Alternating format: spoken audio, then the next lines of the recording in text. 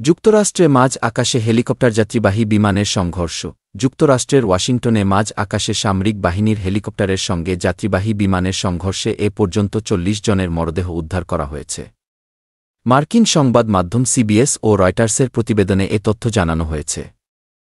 ইতোমধ্যে বিধ্বস্ত বিমানের ব্ল্যাক বক্স হাতে পেয়েছেন তদন্ত কর্মকর্তারা। বৃহস্পতিবার ৩০ জানুয়ারি যুক্তরাষ্ট্রের ন্যাশনাল ট্রান্সপোর্টেশন সেফটি বোর্ডের এনসিটিবি কর্মকর্তারা জানিয়েছেন, আগামী ৩০ দিনের মধ্যে প্রাথমিক প্রতিবেদন দেওয়া হবে। এদিকে সামনে এসেছে দুর্ঘটনার আগমুহূর্তে মিলিটারি হেলিকপ্টারটির সাথে কন্ট্রোল প্যানেলের কথোপকথন। প্রকাশ হওয়া সেই অডিওতে শোনা যায়, ট্রাফিক কন্ট্রোলার হেলিকপ্টারের চালককে বারবার জিজ্ঞেস করছেন তিনি কি যাত্রীবাহী বিমানটি দেখতে পাচ্ছেন কিনা।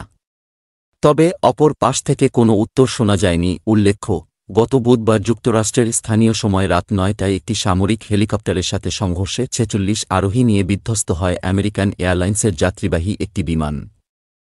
৩ সেনা নিয়ে বিধ্বস্ত হয় ব্ল্যাক হক হেলিকপ্টার। যাত্রীবাহী বিমানটিতে ৪ জন ক্রুসহ ৪৬ জন যাত্রী ছিল। দুর্ঘটনার পর উডোয়ান দুটি পোটোম্যাক নদীতে বিধ্বস্ত হয়। উদ্ধার অভিযান অব্যাহত রয়েছে এবং মার্কিন কোস্ট গার্ড ও স্থানীয় উদ্ধারকারী দলগুলোর সদস্যরা নিখোঁজদের সন্ধানে ব্যাপক তৎপরতা চালাচ্ছেন।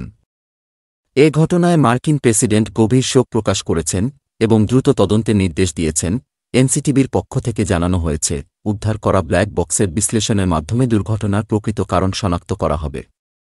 এছাড়া প্রত্যক্ষদর্শীদের বক্তব্য এবং বিমানবন্দরের রাডার তথ্য বিশ্লেষণ করে চূড়ান্ত প্রতিবেদন প্রকাশ করা হবে।